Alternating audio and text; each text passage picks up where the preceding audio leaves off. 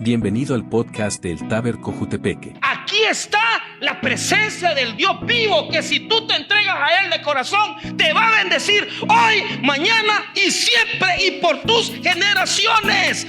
Todo lo que hagas para el Señor, Él te lo va a bendecir, hasta tus hijos y tus nietos. Continúa escuchando la palabra de Emmanuel con el pastor Michael Velázquez. Tiene muchas connotaciones, pero voy a explicar primero el origen, es decir, dónde surge y por qué se da esa palabra.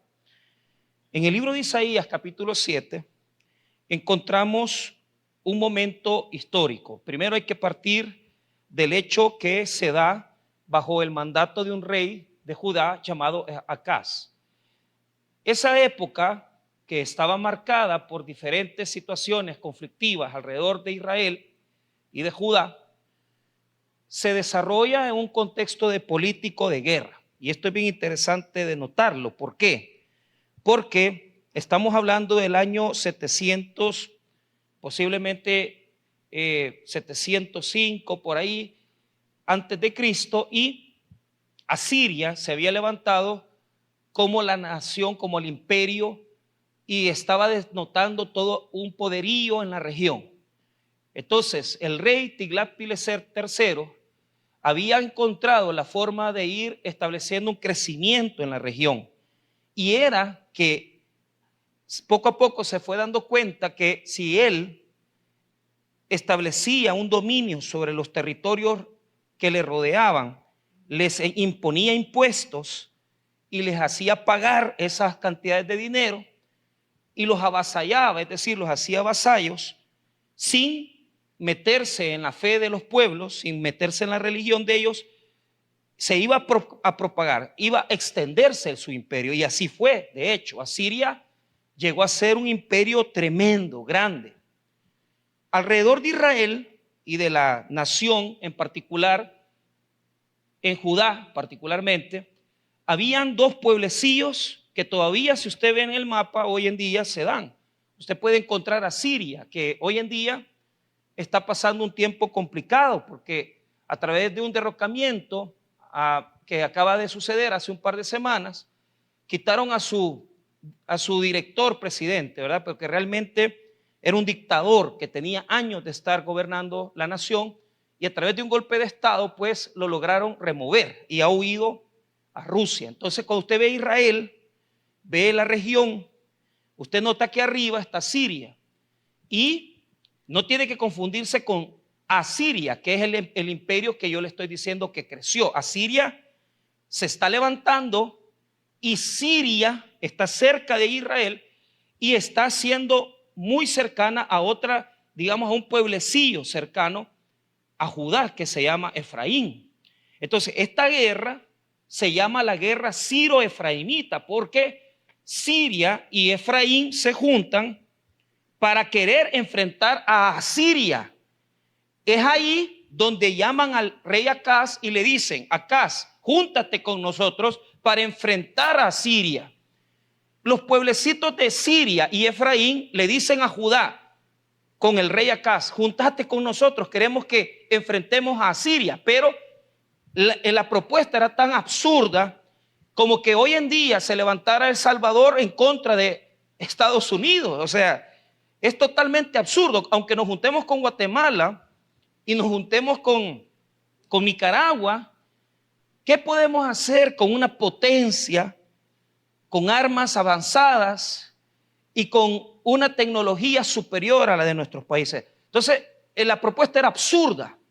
Entonces Acaz, el rey de Judá, tuvo una idea.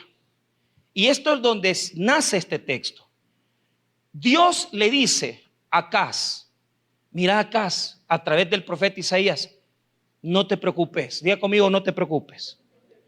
Dios le manda al profeta Isaías y le dice a Acaz: Acaz, por favor, no te juntes con estos pueblitos de Siria y de Efraín, porque yo soy el Señor y te voy a dar la victoria en contra de esos dos. Y les pone todavía el título que les pone es de como carbones, es decir, pequeños carboncitos. O sea, Siria y Asiria no son, y Siria y Efraín no son nada para vos.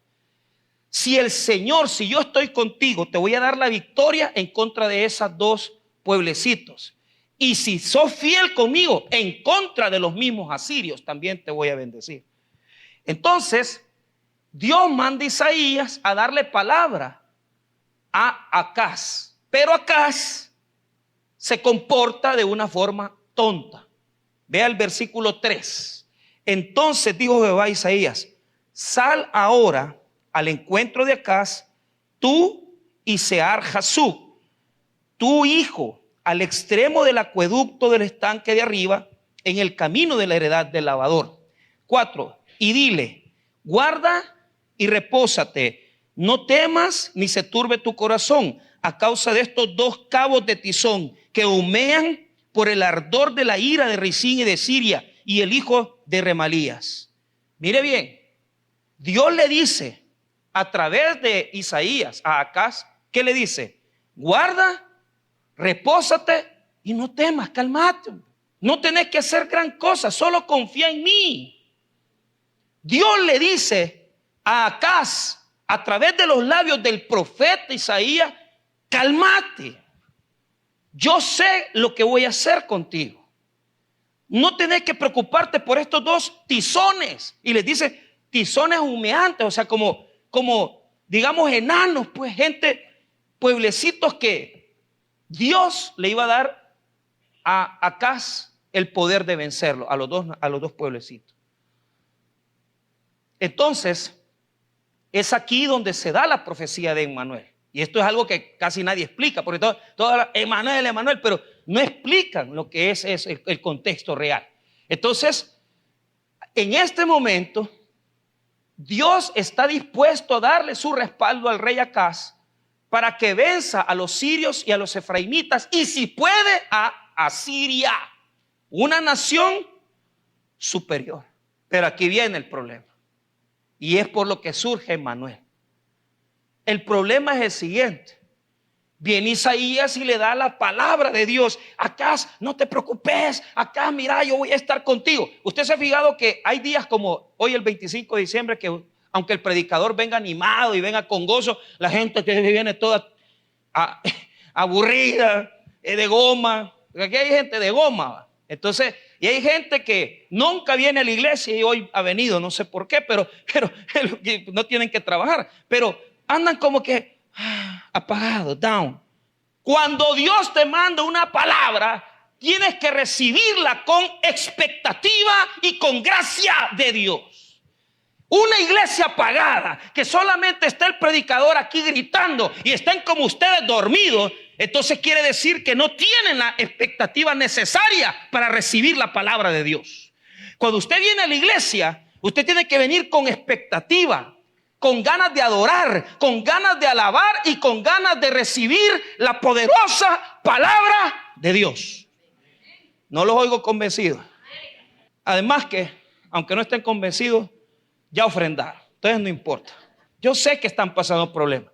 El mismo madrugada del 24 tuvimos esa pérdida del esposo de hermana Lupita. Entonces hay gente que el 24 no le ha ido tan bien. Pero es que Dios no se rige por fechas. Dios no se rige por fechas. Dios se rige por nuestra actitud. Se rige por el hecho de que si tú quieres recibir de Él, Él siempre va a tener algo que decir. Si usted viene con la actitud necesaria, Dios siempre va a hablar a su vida. Y usted se va a ir a su casa siempre convencido que Dios le habló. Pero Acaz era de ese tipo de gente. De la gente que no se impacta por nada, de la gente que la palabra no le emociona, la palabra no le genera expectativa. ¿Cómo somos como iglesia? Preguntémonos. ¿Recibimos la palabra de Dios con alegría? ¿Recibimos la palabra de Dios con expectativa? ¿O la recibimos de una forma apagada? Esa es la pregunta. Ahora, ¿por qué se lo voy a decir? Vea por qué. En el verso 10 se da lo determinante, lo más duro. Dios está dispuesto a darle la victoria a Acaz en lo que él se proponga. Pero Acaz tiene que pedir una señal en la que se manifieste que Dios les va a dar la victoria. Entonces el profeta le da un cheque en blanco. Diga conmigo, un cheque en blanco. Fíjense que yo vendí un Frontier, un pick-up hace años. Y a mí me dio mucha risa porque estaba queriendo comprar otro carro, pero era un Frontier que se le metía el agua y todo, pero lo logramos vender. Y me dio mucha risa, mucha gracia, porque un amigo mío llegó con el comprador. Entonces le gustó el pick-up y cuando lo vio, lo quiero comprar, me dijo. Vaya, le dije yo, y déjeme el billete, pues. O sea, yo esperando que me diera, porque allá en Usulután y en Oriente el negocio se hace en efectivo. Ahí, pero fíjate que este me salió más avanzado. Mire, me dijo, fíjate que yo no puedo leer, me dijo. Vaya, dije yo ahí. Y entonces le digo, pero mira, aquí anda un cheque. Usted solo póngale los números, llénemelo con su nombre y yo se lo voy a firmar, porque sí podía firmar. Yo no le creí mucho, pero me dio risa, porque el cheque me lo dio en blanco. Y aunque no sabía leer, yo creo que los números sí se los podía. Entonces, aunque yo hubiera querido ponerle más, no me hubiera dado más. O sea, yo el carro lo vendí en $6,000. Y así lo vendí. Pero a veces Dios te pone un cheque en blanco para que tú lo llenes, para que tú lo completes. Y esta época, esta temporada es propicia, porque venimos ante la situación de cerrar un año y un nuevo año. Y Dios te dice, aquí está, escribí lo que querés, te doy lo que querás, estoy contigo. ¿Qué vas a proponerte? ¿Vas a estudiar? ¿Vas a terminar tus estudios? ¿Vas a comenzar una preparación universitaria? ¿Vas a hacer una maestría? ¿Te vas a poner a cuentas con Dios? ¿Qué querés? El cheque está, pero aquí viene el error. En el verso 10, léalo conmigo. Habló también Jehová a Acaz, diciendo, pide para ti señal de Jehová, tú, Dios. ¿Qué le dice Isaías? Acaz pidió una señal de Jehová, tú, Dios. Ahora vea después de la coma, demandándola, ya sea de abajo en lo profundo o de arriba en lo alto. O sea, le está diciendo, si querés que las estrellas se junten, Dios te va a dar esa señal. Si querés que de abajo de la tierra salga fuego, Dios te va a dar la señal. Lo que querás te va a dar como señal, porque Dios te va a respaldar, Dios te va a dar la victoria. Y vea, hay personas que tenemos la propuesta de Dios. Dios nos dice, aquí está, solo escribilo, solo decí lo que querés, solo decí. ¿Querés que tus hijos en este año salgan mejor? ¿Querés que se gradúen? ¿Querés que en este año tu situación financiera mejore? Solo decilo, pero una cosa, pedí la señal, pedí la señal. Pero aquí está el fracaso de Acaz. El fracaso de Acaz consiste que cuando el profeta le dice, pedí la señal que querás porque Dios te la va a dar, que Dios con las señales siempre ha sido muy, digamos, Dios no le da señales a cualquiera. Dios no le da señales a cualquiera. Gedeón se las dio, pero no cualquiera le da señales. Pero a Acaz le está diciendo, la señal que querás del cielo, de la tierra, pedíla, papá. Un cheque en blanco para que veas que yo estoy contigo. ¿Qué haría usted? ¿Qué señal le pediría a Dios? ¿Qué señal le pedirías a Dios? Para demostrar que Dios te va a bendecir, que Él te va a dar la victoria, que Él te va a llevar de bendición en este año. ¿Qué señal pedirías? Entonces vea cómo responde Acaz. Y aquí está lo duro y el error que Acaz cometió. 12. Y respondió Acaz, no pediré y no tentaré a Jehová. Si Dios te está diciendo, papito, pida la señal que quiera, y usted dice, no tentaré a Jehová, ¿qué piensa usted de este señor? De este tipo de gente, habemos un montón, que tenemos una situación que hay que corregir en nuestra vida. Y vea, él se oye como piadoso, pero no lo es, porque no es un buen rey, es un rey malo.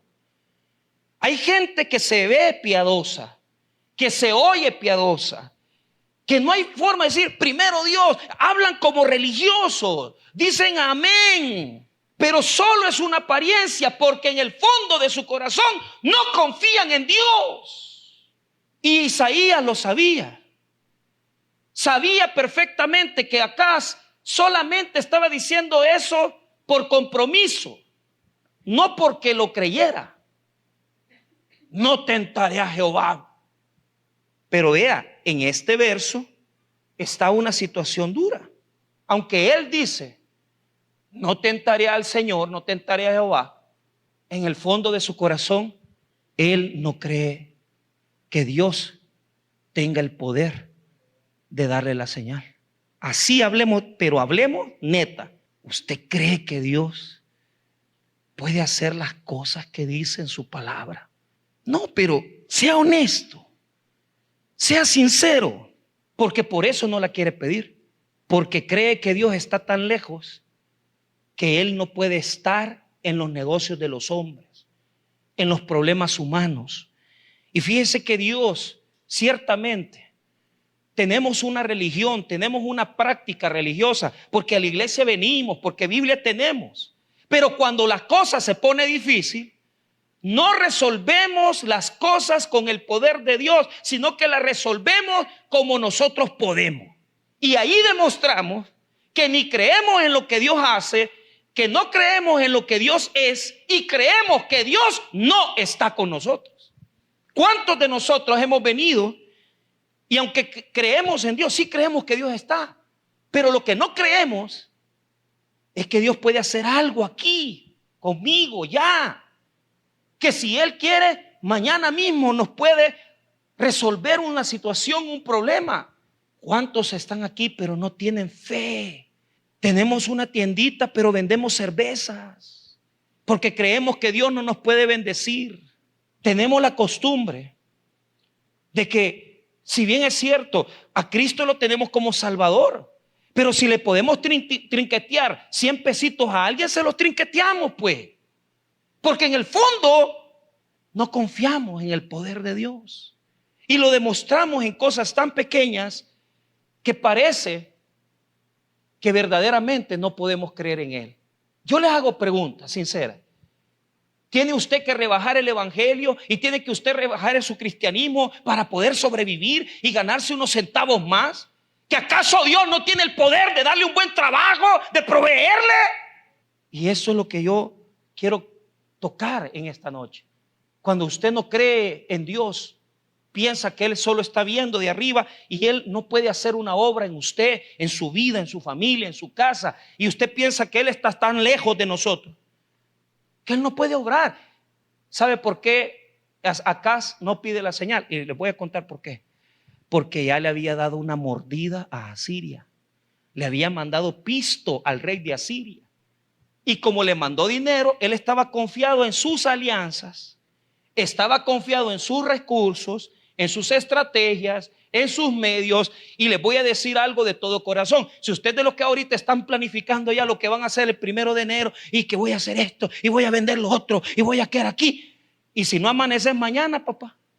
Y si usted es una de las personas que ha puesto toda la estrategia para poder prosperar en el año 2025, pero ¿qué es lo que yo veo? Lo que yo veo es gente que no ama a Dios, que no quiere compromiso con Dios, porque aquí vemos un montón que buscamos a Dios, pero no seguimos a Dios. Acá será de las personas que buscan a Dios, pero no siguen a Dios.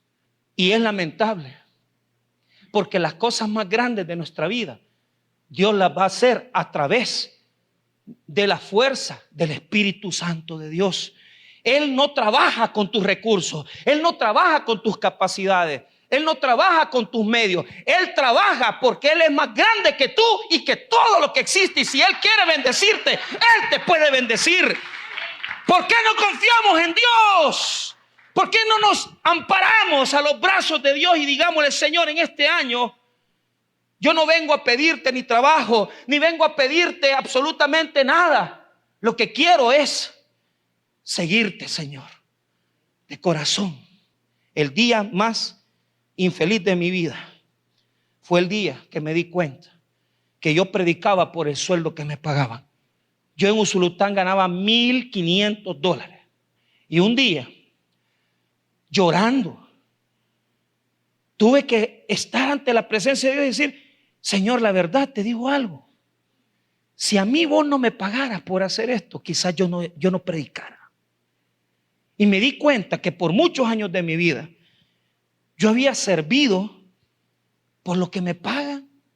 Era un asalariado con sueldo y me sentí tan infeliz, porque uno tiene que ser honesto y darse cuenta de las motivaciones que realmente llevan tu vida.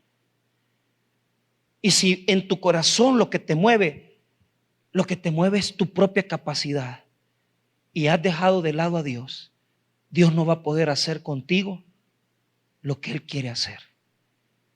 Tenemos que renunciar a nuestra estrategia. Tenemos que renunciar a nuestra propia planificación. Tenemos que renunciar a nuestro estilo de ver el cristianismo. Venir a la iglesia solamente para estar bien con Dios no es lo que Dios quiere. A la iglesia venimos porque reconocemos que este es un estilo de vida. Este no es una pedagogía dominical. Esta no es una pedagogía de venir 1 hora y media en la semana para vivir mejor. Entonces mejor vamos a una conferencia. Entonces mejor vamos a ver una película. 2 horas duran las películas.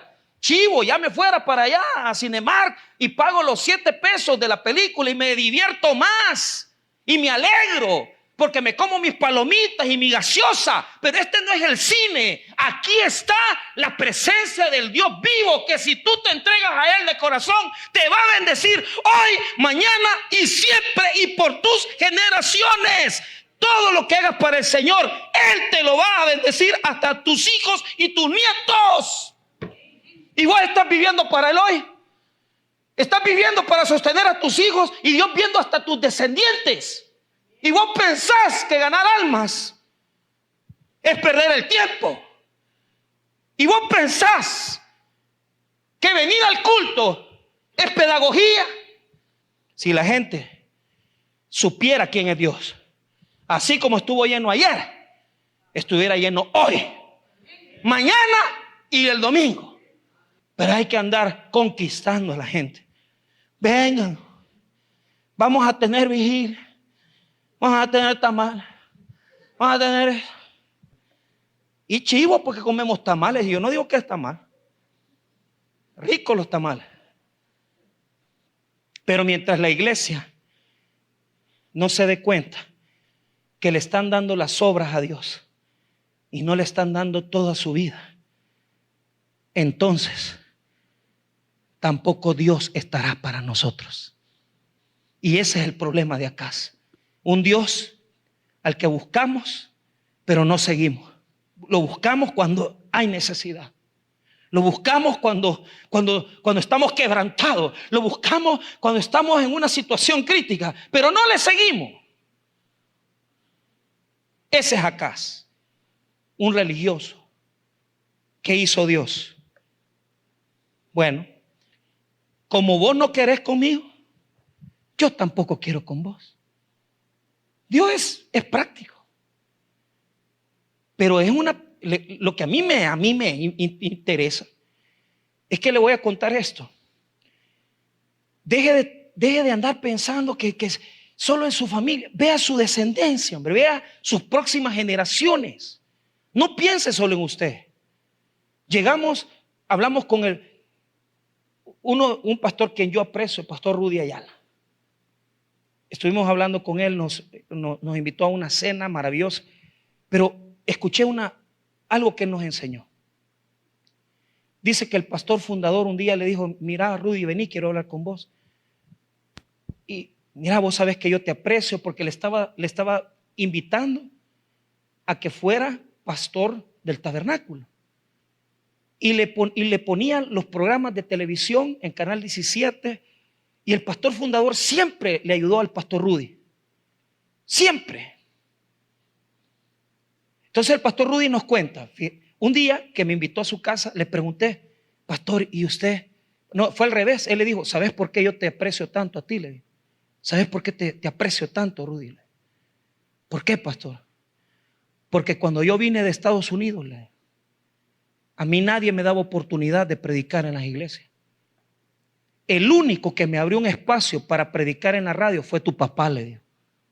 Y por eso yo ahora estoy sembrando, estoy cosechando en vos lo que él sembró en mí, le dijo.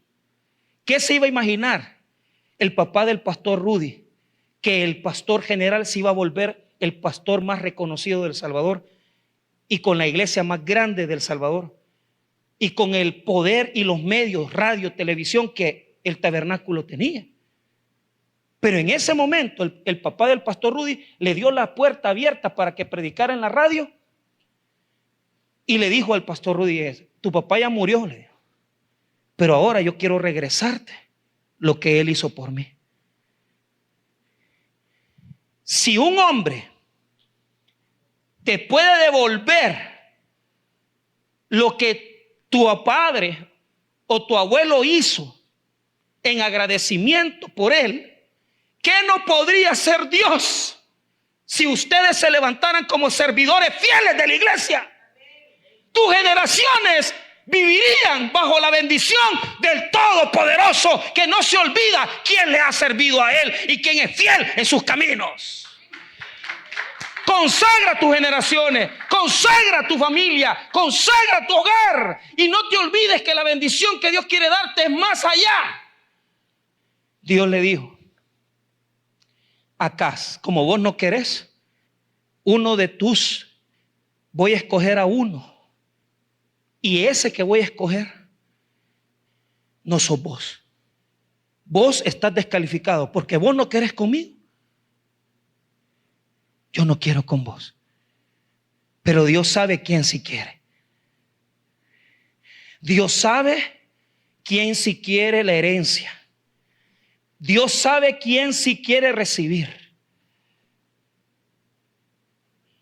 Como vos no querés, te la voy a dar yo, la señal. Y la señal es la siguiente. Mire lo que dice el versículo número 13. Y aquí vamos a hallar algo importante. Dijo entonces Isaías, oíd ahora, casa de David, ¿os es poco el ser molestos a los hombres, sino que también lo seáis a mi Dios? ¿Qué es lo que dice ese versículo? ¿Por qué es importante? Porque Isaías dice, ustedes ofendieron a mi Dios. El Dios de Isaías ya no es el Dios de ellos. Porque Acaz ha despreciado al Señor. El Dios de Acaz no es el Señor. El Dios de Acaz es Asiria. El Dios de Acaz es el que le va a dar el crédito. El Dios de Acaz es el trabajo, el jefe que usted tiene. El Dios de Acaz es su talento. El Dios de Acaz es su capacidad. Hay que desechar a los dioses pequeños, a los dioses que no son con D pequeña, para reconocer que el Dios de Isaías es el verdadero Dios. Pero ¿a quién despreció Acaz? Al verdadero Dios. Porque Acaz tenía sus diositos. Tenía a Asiria que lo cuidaba. Tenía el dinero que le mandó. Y Acaz cambió al Dios verdadero y eterno por los dioses que tenemos los humanos. El talento, el poder, la fama, la capacidad, la gracia, la belleza. ¿Cuántos dioses tenemos? Y creemos que con eso vamos a llegar lejos, cuando Dios nos podría llevar más lejos. Entonces viene Dios y dice, como no me querés oír y no vas a pedir, yo te voy a dar la señal. Verso 14. Por tanto, el Señor mismo dará señal. He aquí que la Virgen concebirá y dará a luz un hijo y llamará su nombre. Diga conmigo, virgen. La palabra en hebreo no es virgen. Alma en hebreo quiere decir doncella, es decir, la mujer que va a dar a luz era una de las mujeres que Acaz tenía. Y una de las mujeres que Acaz tenía iba a dar a luz un hijo llamado Ezequías. Y Ezequías sería el rey que Dios escogería para llevar salvación a Judá. Y la gente diría, Dios con nosotros, Emmanuel. ¿Por qué? Porque a través de Ezequías, Dios trajo a Judá victoria. Dios desechó a Acaz y escogió a uno de sus hijos. Pero ¿en qué consiste la señal? La señal es la siguiente, ponga atención. La señal es esta: que Dios no necesita cosas grandes para destruir a los enemigos. Que Dios no necesita grandeza con lo más pequeño, con una mujer que da a luz un bebé. Dios puede darle victoria a su pueblo.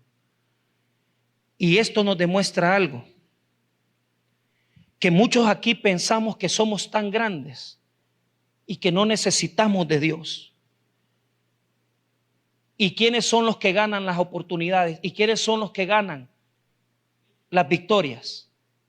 Aquellos que nosotros nunca imaginamos, pero que se tomaron de la mano de Dios y alcanzaron la victoria.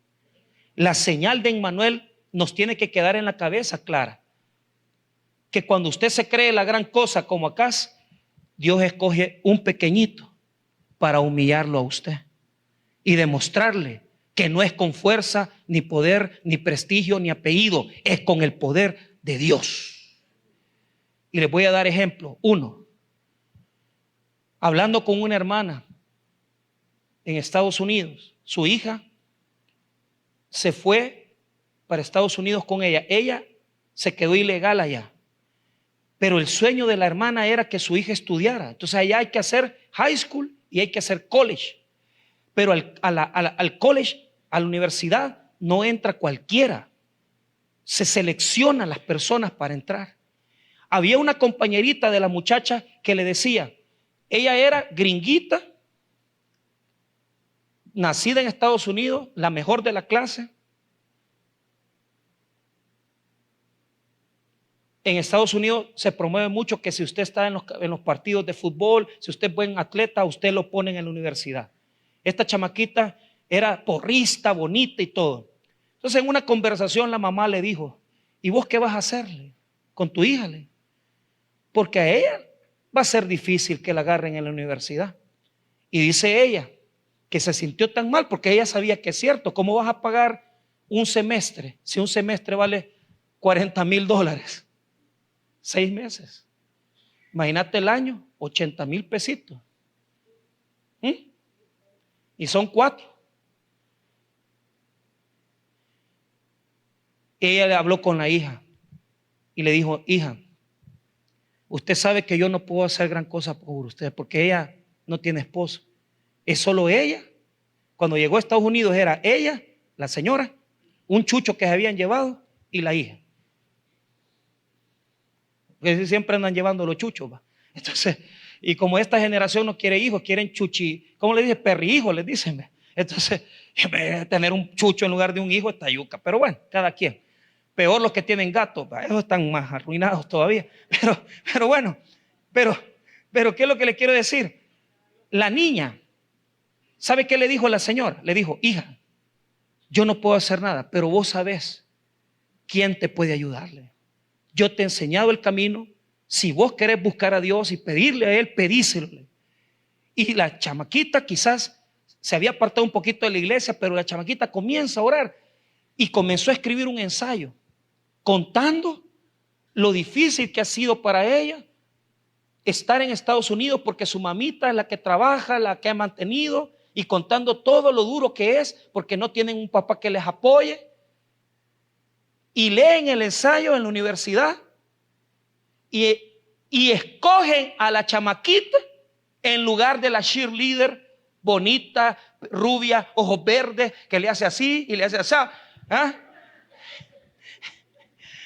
Escogen a la salvadoreña, que claro, tenía un papá que había estado en Estados Unidos y todo, pero escogen la historia. Y cuando estuvimos comiendo con ella, nos ponen el teléfono, la chamaquita está haciendo los últimos 8 meses para salir de biología y después estudiar medicina, porque a los doctores en Estados Unidos primero tienen que sacar la licenciatura en biología y después el doctorado. Y la vemos en la pantalla, y la chamaquita con los audífonos, con la camisa de la Universidad de Maryland, porque cuando Dios está con nosotros, aunque no tengas un padre humano, aunque no tengas un padre que te diga aquí está el pisto, tenés un Dios poderoso que te abre camino en la universidad, en el matrimonio y en todo lo que te propongas, porque Dios respalda a sus hijos. En 6 meses se va a graduar de viola de Estados Unidos. ¿Quién puede hacer esas maravillas? Solo aquel que ve a los pequeños, pero que en los pequeños se glorifica el poder de Dios. ¿Por qué lo hace Dios? Primero, 3 cosas. ¿Por qué Emmanuel? Dios escogería a Ezequías en lugar de Acaz, porque Acaz no quiere nada con Dios. La bendición tuya le va a pasar al que sí la ama, al que sí la quiere y la busca. Tal vez muchos jóvenes quieren estudiar, pero otros que tienen la oportunidad, hasta les pagan las mejores universidades, no quieren. Haraganes. Esa bendición Dios se la va a dar al que la pide.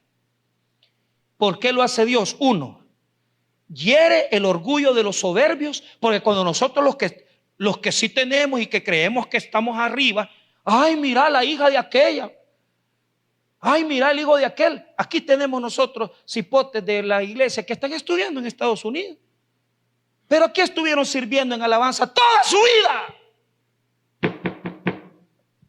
Hiere la soberbia, porque cuando vemos a aquel que, sí, ahí fue, sí estudió aquí en la escuelita fulana, a donde yo tengo a mis hijas, en el colegio Emmanuel. O sea, un colegio chiquitito de un pueblito chiquito, pero ese no es el estilo de Dios, pues.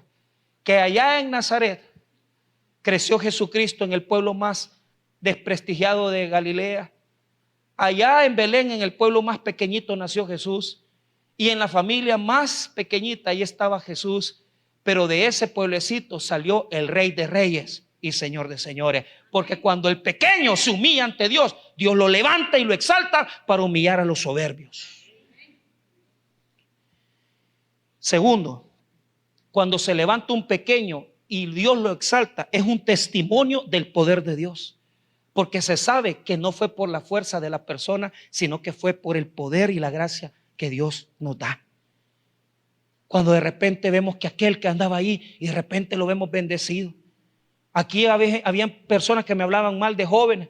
Mire, pastor, este muchacho es malo, y hoy que yo los veo, unos graduados ya de ingenieros, otros que ya tienen hasta trabajo, otros que yo digo, ¿cómo puede ser la gente, va? Que cuando lo ven todo chuquito a uno, chancomido por las cucas, va. Entonces, lo pisotean y no saben que Dios los va a llevar a cosas grandes. Número 3, Dios a través de el Emmanuel obliga a los que no tenemos nada y que no tenemos prestigio y recursos a luchar más para alcanzar cosas grandes de parte de Dios. Porque aquel que no tiene nada se esfuerza para alcanzarlo mucho. Y aquel que tiene todo, muchas veces es perezoso, no tiene fuerzas y se corre ante las batallas y las situaciones de la vida. Y cierro. El Emmanuel se cumplió en Isaías, pero se cumplió en Jesús.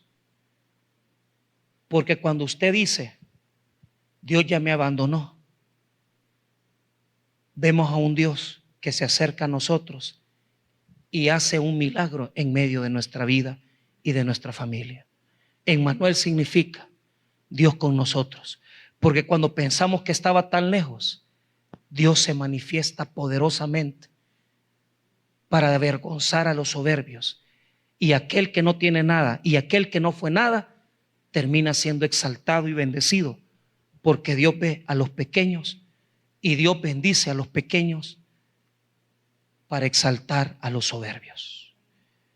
aquel que no se veía más como un bebé nacido en Belén, en un pesebre, aquel que se veía como lo más pequeño y miserable, pobre niño, terminó en la cruz del Calvario y terminó siendo y resucitando al tercer día. Y hasta el día de hoy, 2000 años después, seguimos hablando de la grandeza de nuestro Señor Jesucristo, que no tenía nada, que no le pertenecía nada, que no tuvo casa, no tuvo ni dónde recostar su cabeza, que aún no tenía ni hogar, y aún la cruz, que no le pertenecía a Él, sino que nos pertenecía a nosotros, Él la llevó por nosotros. Y la grandeza del Hijo de Dios ilumina ahora nuestra actualidad, porque vemos que cuando Dios va a hacer algo, siempre utiliza lo pequeño para exaltarlo y después humilla a los grandes y los soberbios. Y todavía hoy hay gente que cuando ven el pesebre y cuando ven a Jesús, no lo ven como rey, lo ven como nada. Pero llegará el día en que toda rodilla se doblará ante aquel que es el Señor y Rey de este mundo, Jesucristo el Señor, el Emmanuel, Dios con nosotros.